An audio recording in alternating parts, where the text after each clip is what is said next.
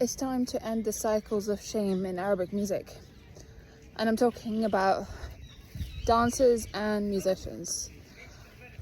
I have been in deep containers working with musicians. I just wrapped up Improvise with Soul with a beautiful group of musicians coming from all over the world, the Royal Academy of Music, and then also working with beautiful dancers inside the Connect to the Music challenge. And our last call was about coaching through Taqsim.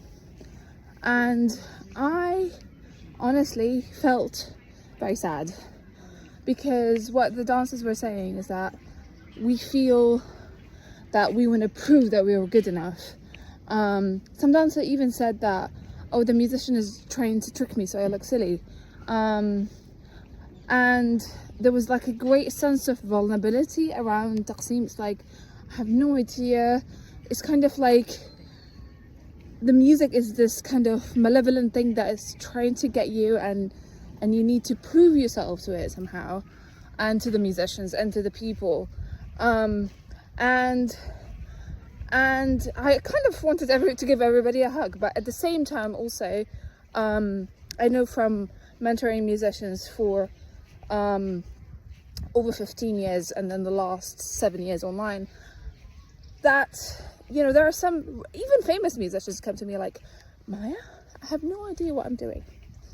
I have no idea what I'm doing when it comes to improvisation and taqsim and Arabic music. I hope that nobody will find out that I am a fraud.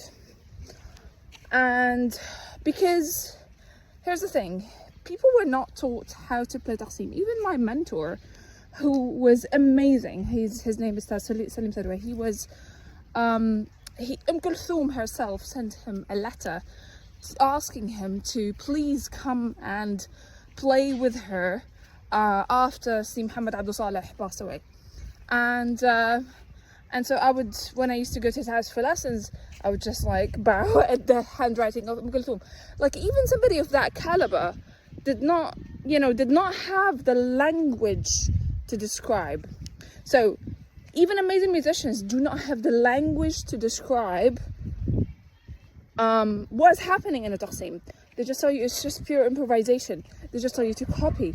And at the same time, because there is no language, there is no streamlined method, they feel, many of them feel shame. Like, I have no idea what I'm doing. I mean, I raised my hand to say I had no freaking idea how to play a taqsim. I was a native. I was practicing 14 hours a day. I was already like, you know, playing Qanun when I got to the conservatoire. I was playing Qanun for 14 hours a day. And I was doing all the things. I mean, I'm Syrian. Growing up in Damascus, you know. But I would not, like, if anybody would utter the words, I don't know how to play taqsim, khalas, they're assassinated as an artist. Because if you're not an artist who knows how to play a taqsim, you're not an artist.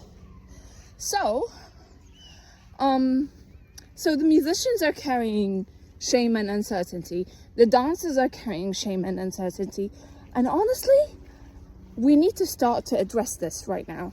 Because when you first heard music, just try to go back to the moment in time when you first heard Arabic music. You would have felt love. Because music is love. There's no shame in that. There's no like, you're not qualified enough. There's no like, the music was not judging you based on your passport. The music was not judging you based on where your level of musical training. The music was just holding you, loving you. And so we need to have an honest conversation around how we're relating to the music we love, both as musicians, both as a community of dancers. And I'm talking everybody. I'm not talking just those who will come from the culture, everyone. Because